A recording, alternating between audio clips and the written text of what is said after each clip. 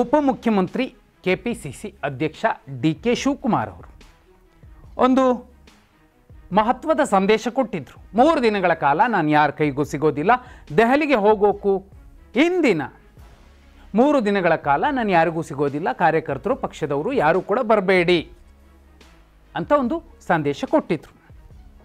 ಆದರೆ ದೆಹಲಿಗೆ ಹೋಗೋದಕ್ಕೆ ಮುಂಚೆ ಹಾಸನದ ನಾಗರನವಿಲೆ ಪವಿತ್ರ ದೇಗುಲಕ್ಕೆ ಭೇಟಿ ಕೊಟ್ಟು ಬಂದರು. ಯಾಕೆ? ಬಹುಪಾಲು ಮಾಧ್ಯಮಗಳಲ್ಲಿ ಚರ್ಚೆ ಆಗ್ತಿದೆ. ಈ ಹಿಂದೆ ಯಡಿಯೂರಪ್ಪ ಅವರು DCM ಆಗಿದ್ದಾಗ ಅದೇ ದೇಗುಲಕ್ಕೆ ಹೋಗಿ ಬಂದ ಮೇಲೆ CM ಆದರು ಅನ್ನುವಂತಹ ಚರ್ಚೆಗಳು ಕೂಡ ನಡೀತಾ ಇದೆ. ಆದರೆ ಕಳೆದ 3 ದಿನಗಳಲ್ಲಿ ನಾಡಿನ ಪ್ರಖ್ಯಾತ ಜ್ಯೋತಿಷಿಯೊಬ್ಬರ ಮತ್ತು ಡಿ ಕೆ ಶಿವಕುಮಾರ್ ಅವರ ಪಾಲಿಗೆ ರಾಜಗುರು ಆಗಿರುವಂತಹ ಪ್ರಖ್ಯಾತ ಜ್ಯೋತಿಷಿ ಹೇಳಿದ ಒಂದು ಯಾಗವನ್ನು, ವಿಶೇಷ ಪೂಜೆಯನ್ನು ಡಿ ಕೆ ಶಿವಕುಮಾರ್ ಅವರು ಮಾಡಿಸಿದ್ದಾರೆ ಎನ್ನುವಂಥದ್ದು ಡಿ ಕೆ ಶಿವಕುಮಾರ್ ಅವರ ಬಣದಲ್ಲಿ ಚರ್ಚೆ ಆಗ್ತಿರುವಂತಹ ವಿಚಾರ. ಇದರ ಜೊತೆಯಲ್ಲಿ ಡಿ ಕೆ ಶಿವಕುಮಾರ್ ಅವರು ಮತ್ತು ಮುಖ್ಯಮಂತ್ರಿಗಳು ಒಟ್ಟಿಗೆ ದೆಹಲಿಗೆ ಹೋಗಿದ್ದಾರೆ. ಏನು ಗೋವಾದ ಮುಖ್ಯಮಂತ್ರಿ ಸಾವತ್ ಅವರು ವಿಧಾನಸಭೆಯ ಒಳಗಡೆನೆ, ಗೋವಾದ ವಿಧಾನಸಭೆಯ ಒಳಗಡೆನೆ ಕರ್ನಾಟಕದ ಮಹತ್ವದ ಮಹದಾಯಿ ಯೋಜನೆಗೆ ಯಾವುದೇ ಕಾರಣಕ್ಕೂ ಕೇಂದ್ರ ಸಚಿವ ಭೂಪೇಂದ್ರ ಯಾದವ್ ಅವರು ಅನುಮೋದನೆ ಕೊಡೋದಿಲ್ಲ ಅನ್ನುವಂತಹ ಭರವಸೆ ನಮಗೆ ಕೊಟ್ಟಿದ್ದಾರೆ ಅನ್ನೋ ಮೂಲಕ ಕನ್ನಡಿಗರ ಆಕ್ರೋಶಕ್ಕೆ, ಕಿಚ್ಚಿಗೆ ಪ್ರಮೋದ್ ಸಾವಂತ್ ಅವರು ಕಾರಣ ಆಗಿದ್ದಾರೆ. ಇದೀಗ ಮುಖ್ಯಮಂತ್ರಿ ಮತ್ತು ಉಪಮುಖ್ಯಮಂತ್ರಿ ಡಿ ಕೆ ಶಿವಕುಮಾರ್ ಇಬ್ಬರೂ ಕೂಡ 28 ಸಂಸದರು ಈಗ ಒಗ್ಗಟ್ಟಾಗಬೇಕು ಅನ್ನುವಂತಹ ಸಂದೇಶ ರವಾನಿಸ್ತಿದ್ದಾರೆ. ಕರ್ನಾಟಕದ ಮಹತ್ವದ ಮಹದಾಯಿ ಯೋಜನೆಗೆ ಗೋವಾ ಖ್ಯಾತೆ ತೆಗೆದಿರೋದನ್ನು ವಿರೋಧಿಸ್ತಿದ್ದಾರೆ. ನಿಮಗೆ ನೆನಪು ಮಾಡಿಕೊಡ್ತೀನಿ, ಇದೇ ಗೋವಾದ ಮುಖ್ಯಮಂತ್ರಿ ಪ್ರಮೋದ್ ಸಾವಂತ್ ಅವರ ಕಾರಣಕ್ಕೋಸ್ಕರನೇ ಜಾತ್ಯತೀತ ಜನತಾದಳ ಮತ್ತು BJP 2024 ಲೋಕಸಭಾ ಚುನಾವಣೆಗೂ ಮುಂಚೆ ಮೈತ್ರಿ ಮಾಡಿಕೊಳ್ಳೋದಕ್ಕೆ ಸಾಧ್ಯವಾಯಿತು. ಈ ಹಿಂದೆ ಕೆಲವೇ ತಿಂಗಳ ಹಿಂದೆ, ಕೆಲವೇ ವಾರಗಳ ಹಿಂದೆ ಇದೇ ಕುಮಾರಸ್ವಾಮಿ ಅವರು ಡಿ ಕೆ ಶಿವಕುಮಾರ್ ಅವರಿಗೆ ಒಂದು ಸವಾಲು ಎಸೆತಾರೆ. ಮೇಕೆದಾಟು ಅಂತೀರಲ್ಲ, ಸುಮ್ಮನೆ ಹೋಗಿ ಬಂದ್ರೆ ಆಗೋದಿಲ್ಲ, ಆ ಕೆಲಸ ಮಾಡಿ ತೋರಿಸಿ, ನೀವು ಅನುದಾನ ತಗೊಂಬನ್ನಿ ನೀವು ಅನ್ನುವಂತಹ ಸವಾಲು ಎಸೆದಿದ್ರು. ಒಂದು ಕಡೆ ಮಹದಾಯಿ, ಮತ್ತೊಂದು ಕಡೆ ಮೇಕೆದಾಟು. ಈ ಮೂಲಕ ಡಿ ಕೆ ಶಿವಕುಮಾರ್ ಅವರಿಗೆ ಕುಮಾರಸ್ವಾಮಿ ಅವರು ಚೆಕ್ಮೇಟ್ ಇಡ್ತಿದ್ದಾರೆ ಅನ್ನುವಂಥದ್ದು ಮತ್ತೊಂದು ವಿಚಾರ. ಆದರೆ ಕಳೆದ 3 ದಿನಗಳಲ್ಲಿ ಅನಂತರದಲ್ಲಿ ಒಂದಷ್ಟು ಬದಲಾವಣೆಗಳಾಗಿದೆ, ಒಂದಷ್ಟು ಡೆವಲಪ್ಮೆಂಟ್ಸ್ ಆಗ್ತಿದೆ. ನೋಡಿ, ರೈತ ಹೋರಾಟದ ವಿಚಾರವಾಗಿ ಏನು ದೇವನಹಳ್ಳಿ ಭಾಗದ ರೈತರು ಹೋರಾಟ ಮಾಡಿದ್ರು, ಆ ಹೋರಾಟಕ್ಕೆ ಖುದ್ದು ಸಿದ್ದರಾಮಯ್ಯ ಅವರು ಮುಂದೆ ನಿಂತು ಅದಕ್ಕೊಂದು ಫುಲ್ ಸ್ಟಾಪ್ ಇಟ್ಟರು. ಇಲ್ಲ, ನಾವು ಏನು ನಮ್ಮ ಸರ್ಕಾರದ 2022ರ BJP ಸರ್ಕಾರದ ಆದೇಶ ಏನಿತ್ತು ಅದನ್ನು ಹಿಂಪಡಿತೀವಿ ಅನ್ನೋ ಹೇಳೋ ಮೂಲಕ ರೈತರ ಆಕ್ರೋಶವನ್ನು ತಣ್ಣಗಾಗಿಸಿದ್ರು.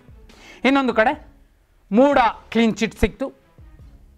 ಕೇಂದ್ರ ಸರ್ಕಾರದ ಇಡಿ ಏನು ಪ್ರಯೋಗ ಆಗಿತ್ತು, ಆ ಪ್ರಯೋಗ ತಪ್ಪು ಅಂಥದ್ದೇ ಮುಂದುವರೆದ್ರೆ ಕೋರ್ಟ್ ಕೂಡ ನಿಮ್ಮನ್ನು ಟೀಕಿಸಬೇಕಾಗತ್ತೆ ಅಂತ ಕೋರ್ಟ್ ತಪರಾಕಿ ಹಾಕ್ತು.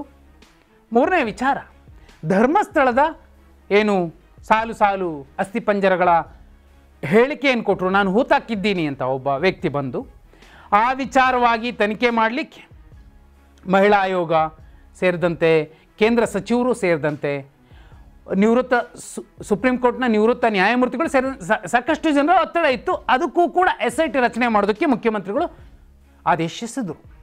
ಇದರ ಜೊತೆಯಲ್ಲಿ ಇದೀಗ ಜಾತಿಗಣತಿ ವರದಿಯನ್ನು ಯಾರೆಲ್ಲ ಸ್ವಪಕ್ಷೀಯರು ಡಿ ಕೆ ಶಿವಕುಮಾರ್ ಅವರ ಬಣ ಸೇರಿದಂತೆ ಹೈಕಮಾಂಡ್ ಮಟ್ಟದಲ್ಲಿ ಒತ್ತಡ ಹಾಕಿ ನಿಲ್ಲಿಸಿದ್ರೋ, ಮತ್ತೊಂದು ಸುತ್ತಿನ ಜಾತಿಗಣತಿ ವರದಿ ಸಿದ್ಧಪಡಿಸಿ ಅಂತ ಸರ್ಕಾರ ಸಿದ್ದರಾಮಯ್ಯ ಅವರು ಒಂದು ಆದೇಶ ಹೊರಡಿಸಿದ್ದಾರೆ. ಒಂದು ಕಡೆ ಸಿದ್ದರಾಮಯ್ಯ ಅವರು ಈ ರೀತಿಯ ಸಂದೇಶಗಳನ್ನು ಯಾಕೆ ಕೊಡ್ತಿದ್ದಾರೆ? ನಾನು ಎಷ್ಟು ದಿನ ಇರ್ತೀನೋ ಬಿಡ್ತೀನೋ, ಅಥವಾ ಅಧಿಕಾರ ಹಂಚಿಕೆಯ ಲೆಕ್ಕಾಚಾರದ ಪ್ರಕಾರವೇ ಆಗಿದ್ದರೆ ಡಿಸೆಂಬರ್ ಬಳಿಕ ಬದಲಾವಣೆ ಆಗುತ್ತೆ ಅನ್ನೋದೇ ಆದರೆ ಈ ಎಲ್ಲ ಕೆಲಸಗಳಿಗೆ ವೇಗ ಕೊಡ್ತಾ ಇದ್ದಾರೆ ಅನ್ನುವಂತಹ ಅನುಮಾನ ಮೂಡುತ್ತೆ.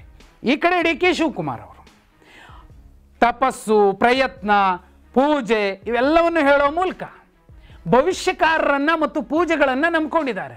ಆದರೆ ಜನರಿಂದ ಆಯ್ಕೆಯಾದ ಶಾಸಕರನ್ನು ಒಗ್ಗೂಡಿಸುವಂತಹ ಪ್ರಯತ್ನ ಆಗಬೇಕಿತ್ತು. ಎಲ್ಲೋ ಒಂದು ಕಡೆ ಸಿದ್ದರಾಮಯ್ಯ ಅವರು ದೆಹಲಿಯಲ್ಲಿ ಕೂತು ಡಿ ಕೆ ಶಿವಕುಮಾರ್ ಅವರಿಗೆ ಕೆಲವು ಶಾಸಕರ ಬೆಂಬಲ ಇದೆ ಅಂತ ಹೇಳಿಕೆ ಕೊಟ್ಟ ನಂತರ ಅವರ ಗೇಮ್ ಬದಲಾದಂತೆ ಕಾಣ್ತಿದೆ. ಆ ಕಾರಣಕ್ಕೋಸ್ಕರನೇ ಇತ್ತೀಚೆಗೆ ಮೋರ್ ಸ್ಟ್ರಾಂಗ್ ಮೋರ್ ಲವರ್ಸ್ ಅನ್ನುವಂತಹ ಹೇಳಿಕೆಯನ್ನು ಕೊಡುವ ಮೂಲಕ ನನ್ನ ಜೊತೆ ಈಗ ಶಾಸಕರ ಸಂಖ್ಯೆ ಕೂಡ ಬದಲಾಗಿದೆ, ಈಗ ಜಾಸ್ತಿ ಇದ್ದಾರೆ ಅನ್ನುವಂಥ ಸಂದೇಶ ಕೊಟ್ಟಿದ್ರು. ಈಗ ಡಿ ಕೆ ಶಿವಕುಮಾರ್ ಅವರು ಪೂಜೆ, ನಗರ ನವಿಲೆ ದೇಗುಲಕ್ಕೆ ಹೋಗಿ ಬಂದಿದ್ದು, ಅವರ ಪ್ರಖ್ಯಾತ ಹಿತಚಿಂತಕರು ಮತ್ತು ಭವಿಷ್ಯಕಾರರು ರಾಜಗುರು ಅವರು ಕೂಡ ಹೇಳಿದ್ದಾರೆ ಡಿಸೆಂಬರ್ ಹೊತ್ತಿಗೆ ಬದಲಾವಣೆ ಆಗುತ್ತೆ, ಜನವರಿಗೆ ಡಿ ಕೆ ಶಿವಕುಮಾರ್ ಅವರು ಅತ್ಯುನ್ನತ ಸ್ಥಾನದಲ್ಲಿ ಕೂರುವಂತಹ ಎಲ್ಲ ವಾತಾವರಣ ಸೃಷ್ಟಿಯಾಗತ್ತೆ ಅಂತ ಹೇಳಿದರು.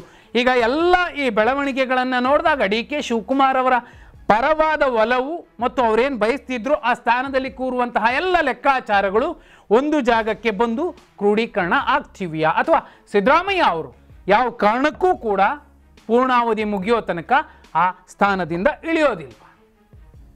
ಖುದ್ದು ರಾಜಗುರುಗಳೇ ಹೇಳ್ತಿದ್ದಾರೆ ಅಂದರೆ ಮತ್ತೊಂದು ಸಲ, ಯಾಕಂದರೆ ಈ ಹಿಂದೆನೂ ಹೇಳಿದರು ಆ ಭವಿಷ್ಯ ನಿಜ ಆಗಲಿಲ್ಲ, ಈಗ ಮತ್ತೊಂದು ಸಲ ಹೇಳ್ತಿದ್ದಾರೆ.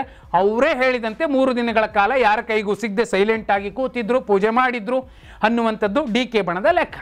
ಹಾಗಿದ್ರೆ ಈ ಸಲ ಡಿ ಕೆ ಶಿವಕುಮಾರ್ ಅವರು ಶ್ರಾವಣಕ್ಕೆ ಟಾಪಲ್ಲಿ ಬರ್ತಾರೆ ಅನ್ನುವಂತಹ ಅವರ ಬಣದ ಅಭಿಮಾನಿಗಳ ಆಶಯ ಈಡೇರುತ್ತಾ? ಕಮೆಂಟ್ ಮಾಡಿ.